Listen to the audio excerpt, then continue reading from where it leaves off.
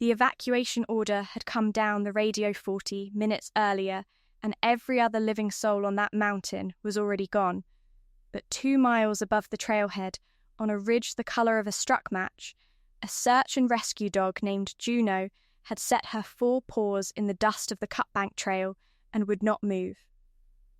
Behind her the western sky was the wrong colour for 4 o'clock in the afternoon, a low brown ceiling of smoke with the sun buried in it like a dull coal, and the wind coming down the slope was hot on the back of a person's neck the way an open oven is hot when you lean in too close. Ranger Nora Keene had one hand wrapped in the dog's harness, and she was pulling hard enough that the webbing cut a red line into her palm, and the dog was not fighting her, not growling, not snapping. Juno had simply dropped her chest to the ground and locked her legs and turned her black head toward a jumble of granite off the uphill side of the trail, and she was making a sound Nora had heard only a handful of times in 6 years of working beside her. A high, tight, insistent bark that meant one thing and one thing only. Found in the flat language of the dog's training, that sound meant she had a live human scent, and she was not going to leave it for anything on this earth. And Nora Keene stood on a burning mountain with the Fire One ridge over and closing, with a voice on her radio calling her by name and ordering her off the hill that instant. And she understood that in the next 60 seconds she was going to have to decide whether to trust the machine clipped to her chest or the dog straining at her feet, and that if she chose wrong, one of them was not coming down. If you have ever had to bet everything you own on a choice you were given no time to make, then stay with me, because what this dog knew, and what her ranger dragged out of that pile of rock with the fire coming down the mountain to meet them, is a thing the people in that valley still tell in low voices, the way you tell the stories about the times you were saved and knew you had not earned it. To understand why Juno would not leave that patch of granite, and why a level-headed ranger was about to disobey a direct order to stay beside her, you have to go back 6 years to a different fire and a younger woman who did not yet know that a half-dead animal was about to become the centre of her entire life. Nora Keene had been 26 then, a rookie on a backcountry crew, walking a mop-up line through the cold water drainage after a burn had run through the timber and moved on. Her job that morning was dull and careful work, pacing the cooling black and turning over ash with a hand tool, listening for the hiss of a hotspot that could wake up and start the whole thing over again. And it was in that listening, under the tick and settle of scorched wood, that she heard a sound so small she took it at first for a bird.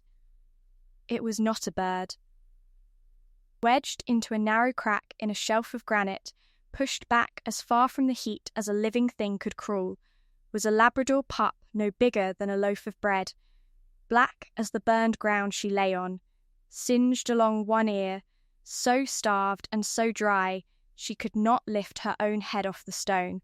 Nobody ever learned where she had come from, whether she had been dumped or lost or born to some stray that the fire had scattered, and it did not matter, because by the time Nora had worked her fingers into that crack and drawn the trembling little body out into the light, the answer to that question had stopped mattering forever. She carried the pup down the mountain, zipped inside her own jacket, with its heartbeat going against her ribs like a moth against a window, and she sat up with her 3 nights running, feeding her warmed formula from a dropper, and somewhere in those 3 nights the pup decided that this person was safe, and once a dog has decided a thing like that, she does not undecide it. She named her Juno, and she never once considered giving her to anyone else.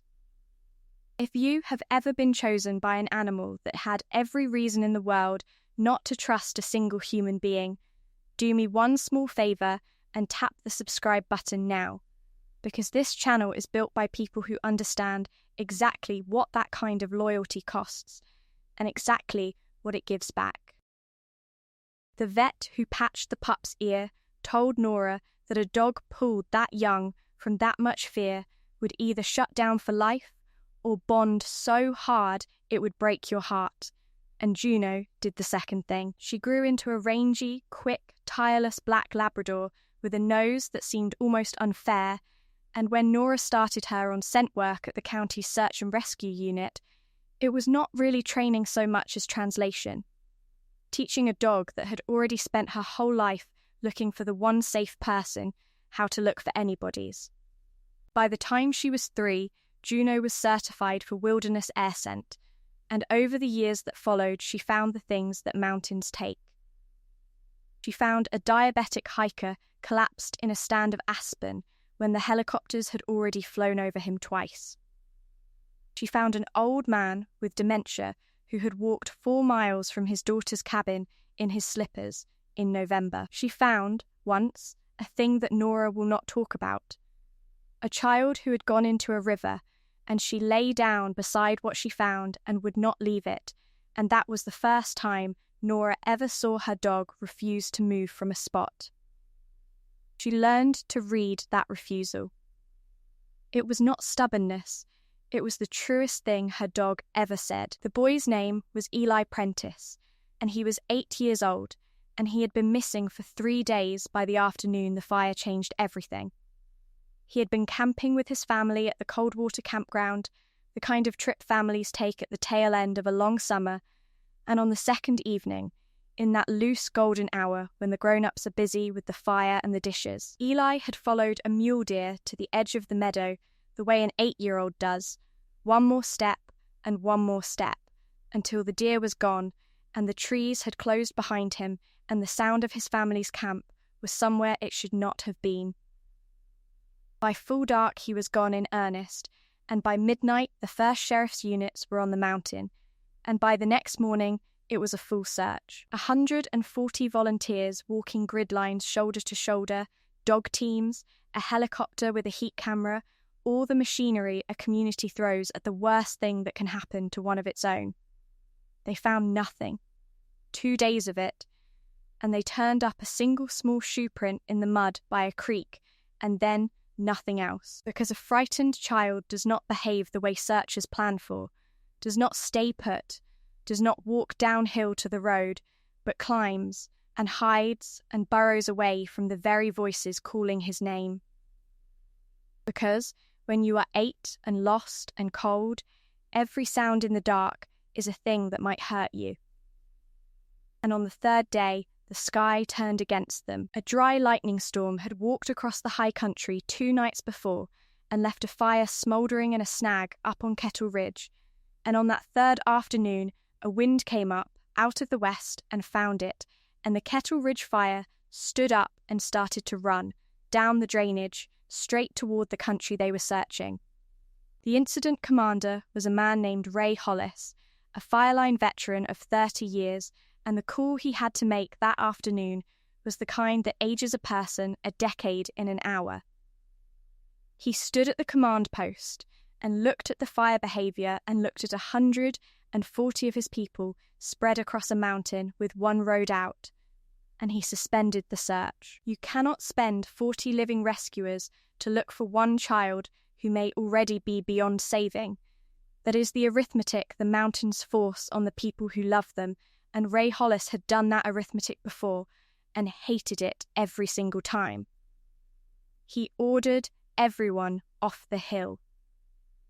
And down in the church basement that had become the family's whole world, somebody had to sit across from Eli's mother and father and tell them that the search for their son was suspended, that the fire was here, that everyone was so terribly sorry. Eli's mother did not scream. She only asked, in a voice gone very quiet, whether that meant they were leaving her boy on the mountain to burn, and no one in that room could find a single word to give her back. Nora Keene should have been off the hill with everyone else.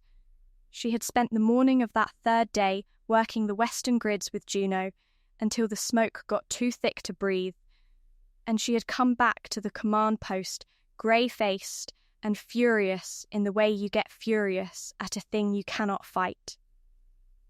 And when the suspension came down, she did a thing that a younger ranger would not have had the standing to do.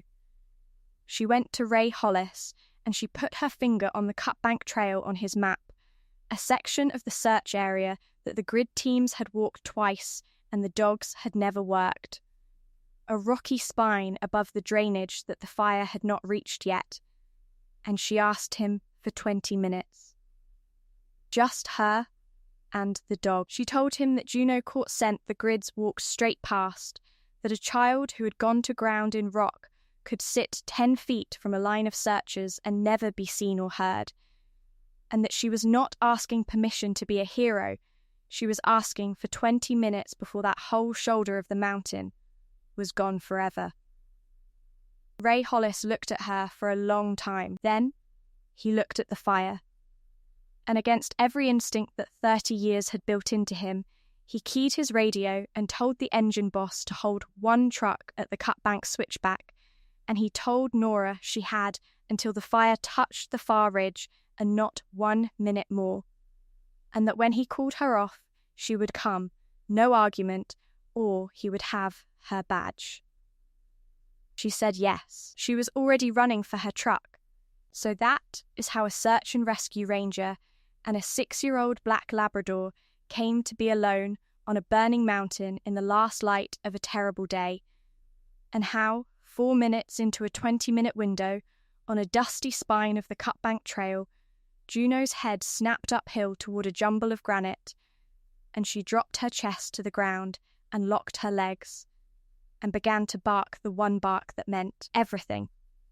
If your chest is tight right now, if you already know in your gut what a dog like that had found, then do me one small favour and leave a single word in the comments, anything at all, so I know you are here in this with them. Because the next few minutes are the whole reason this story exists. The radio on Nora's chest was a live thing, Ray Hollis's voice coming through it hard and flat, telling her the fire had hit the ridge, that her time was up, that she was to turn around and get to the truck now. And Nora Keene stood there with one hand in her dog's harness, and the heat pressing down the slope, and every rule she had ever been trained on screaming the same thing the radio was screaming, which was go, go, now. A dog can be wrong, a scent can drift on a bad wind, and no lost child was worth 2 more bodies on this mountain. She had maybe 10 seconds to decide. And in those 10 seconds, she did not think about the fire. She thought about a river, and a dog lying down beside the thing she had found, and about 6 years of a nose that had never once, not a single time, called found on empty air. She let go of the harness, she keyed the radio, and she said the words that Ray Hollis would repeat for the rest of his life: I have a live alert, I am going in, hold that truck. And then she turned the radio off so she would not have to hear him forbid her, and she went up into the rocks after her dog. Juno was already gone into the granite, into a fault where 2 great slabs leaned together and left a black gap at their base barely wide enough for a grown person, and Nora went down onto her belly in the ash and dragged herself in after the sound of that barking. It was another world in there, cool and close and dark, the roar of the wind and the fire suddenly muffled behind stone, and it stank of smoke and animal and something else, the sour, unmistakable smell of a human being who has been sick and cold and afraid for a long time. She pulled her flashlight and swept it forward, and the beam found Juno first, planted and quivering, and then past the dog, deep in the throat of that rock, where no grid line and no helicopter and no shouting searcher could ever have reached. It found a small pale shape curled on its side in the dirt. A boy. A boy in a filthy blue jacket, with his knees drawn up to his chest, so still that for one falling moment Nora was certain she had come too late. And then the beam crossed his face, and his eyes came open, 2 faint glints in all that dark, and a voice like dry paper. A voice that had stopped calling for help 2 days before because no one ever came. breathed out the only word it had left. Here, she got to him. She never afterward remembered how she crossed those last few feet of rock, only that she was suddenly against him with her hands running over his cold arms and legs, and he was alive, dehydrated to the very edge of it and hypothermic from 3 nights in that stone icebox, and too weak to sit up, but alive, his heart going fast and thin under her palm. And here was the terrible mathematics of it, the thing that made the next 4 minutes the longest of her life. There was no team. There was no litter, no rope, no second set of hands. There was one ranger, one dog, one half-dead child, a truck she could not see, and a wall of fire coming down a mountain that did not care about any of them. She could not wait for help, because help was not coming. The mountain had already been given away. So she wrapped Eli Prentice in her own jacket, the way she had once wrapped a singed pup, and she got him up over her shoulder, 40-some pounds of dead weight gone loose against her, and she started to crawl back out of the rock with Juno's black shape pressed against her side the whole way, and when they came out of that gap into the open, the world had turned the colour of the inside of a furnace. Nora Keene ran. She ran down a trail she could barely see for the smoke, with a child on her shoulder and a dog at her heel, and the fire crowning in the timber above and to the left of them, close enough now that she could hear the sound it makes, that low freight train tearing that anyone who has stood near a running fire never forgets. Embers came down around them like a burning snow. Her lungs were full of glass. She could not have told you how far it was to the switchback. A quarter mile, a half, it did not matter. There was only the next step and the next, and the weight on her shoulder, and the black dog that would run, ahead, and then circle back for her, ahead and back, keeping to her pace, refusing to save herself. And Nora understood in some animal part of her own mind that the dog would burn before she would leave, and that thought was the thing that kept her feet moving when everything else in her wanted to fold up and go down. And then there were headlights swimming in the smoke, and the boxy shape of an engine, and hands, other people's hands, reaching down and lifting the boy off her shoulder, and a firefighter's arm around her waist, half throwing her up into the cab. And the last thing she did before the door slammed was turn and call the dog's name once into the roar, and a black shape came out of the smoke and hit the floorboards at her feet. And then the truck was moving, grinding down the mountain out of the dark and into the merely burning world below. Eli Prentice lived. They got fluids into him in the truck, and a helicopter met them at the trailhead, and by the time his mother reached the hospital down in the valley, her son was in a bed with warm blood coming back into his hands, cracked and hollow-eyed and 8 hours from the worst of it, but alive. Alive enough by the second morning to ask a nurse in a small croak whether the dog was okay. And it was in the days that followed, as the Kettle Ridge fire finished its run and turned back on itself and the crews finally got a line around it, that people began to understand exactly what Juno had done, and the understanding of it is the part that still stops Nora Keene in the middle of a sentence, even now.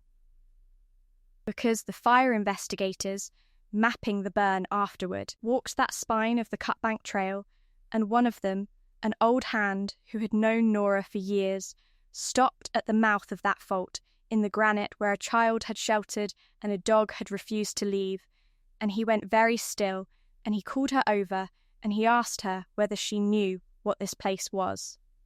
And Nora Keene looked at the 2 great slabs leaning together and the black gap at their base, and she felt the whole mountain turn slowly under her, because she did know it. She had been here before.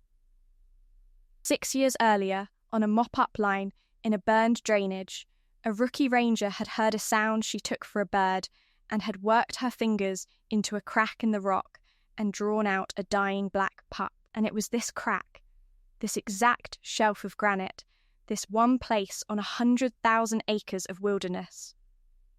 Juno had not led them to some random patch of mountain. She had gone, with a fire at her back and a child's faint scent riding the wind, to the one place on that entire ridge that had ever meant survival to her. Because 6 years before, it had saved her own life. Maybe a scientist would tell you it was only the wind and the scent and a good dog doing the job she was built for, that a Labrador does not remember a rock or understand what a place once meant to her. Maybe they would be right. But Nora Keene will tell you, if you ask her, that of every fold and crack and hollow on that enormous mountain, her dog planted herself and would not move at the one that had held her own trembling body 6 years before, and that a boy was alive inside it, and that she does not have a word for that except the word the dog gave her, which was found. The vindication of Nora Keene, if you want to call it that, did not come from Nora. She never said a word in her own defence, never once told the story as anything but the dog's. It came, instead, from Ray Hollis, the incident commander who had granted her 20 minutes and then ordered her out, the man whose training and whose duty had told him, correctly, that no single child was worth 2 more lives, stood up at the county board meeting 3 weeks later where they had gathered to honour the search, and he did a thing that veterans of his kind almost never do out loud. He said that he had been wrong. He said that he had made the right call by every book he had ever been handed, and that if it had been left to him and his maps and his cold arithmetic, he would have driven right past that shelf of granite and left that boy inside it, and that a dog had known better than every trained man on the mountain, and that he would say so to anyone who ever cared to ask him for the rest of his days. Then he came down off the little stage and knelt in front of a black Labrador going grey at the muzzle, and this hard old man who had spent 30 years doing the coldest arithmetic there is put a hand on either side of Juno's face and said thank you, very quietly, just to her. Eli Prentice went home 2 weeks after they pulled him out of the rock, and the first outing his parents took him on when he was strong enough was the 40-minute drive to Nora Keene's small house at the edge of the national forest, where a boy who had spent 3 days believing that no one was coming got to wrap both his arms around the neck of the animal who had proved him wrong. He pressed his face into her fur the way children do, and he did not say very much, because what is there to say? And Juno stood and let herself be held with the enormous patience of a dog who has always known exactly what she is for. His mother stood in the doorway with her hand pressed over her mouth. His father tried 3 times to thank Nora and could not get the sentence all the way out. And Nora, who understood, put her hand on his arm and told him the only thing worth telling, which was that the debt was not hers and was not even the dog's, that all any of them owed now was to go and live the kind of full, loud, ordinary life that a scared boy in a cold rock had crawled his way back toward, and that to waste it on guilt would be the one true failure. Juno is older now. There is white coming in thick around her black muzzle, and she is slower on the steep pitches than she used to be. And the county retired her from active searches the spring after the fire, with a certificate in a frame and a stake she did not have to share. She does not seem to miss the work the way Nora feared she might. On most mornings now, she is content to walk the easy lower trails with her ranger at a gentler pace, to lie in the sun on the porch boards and lift her grey head at the sound of a truck in the drive.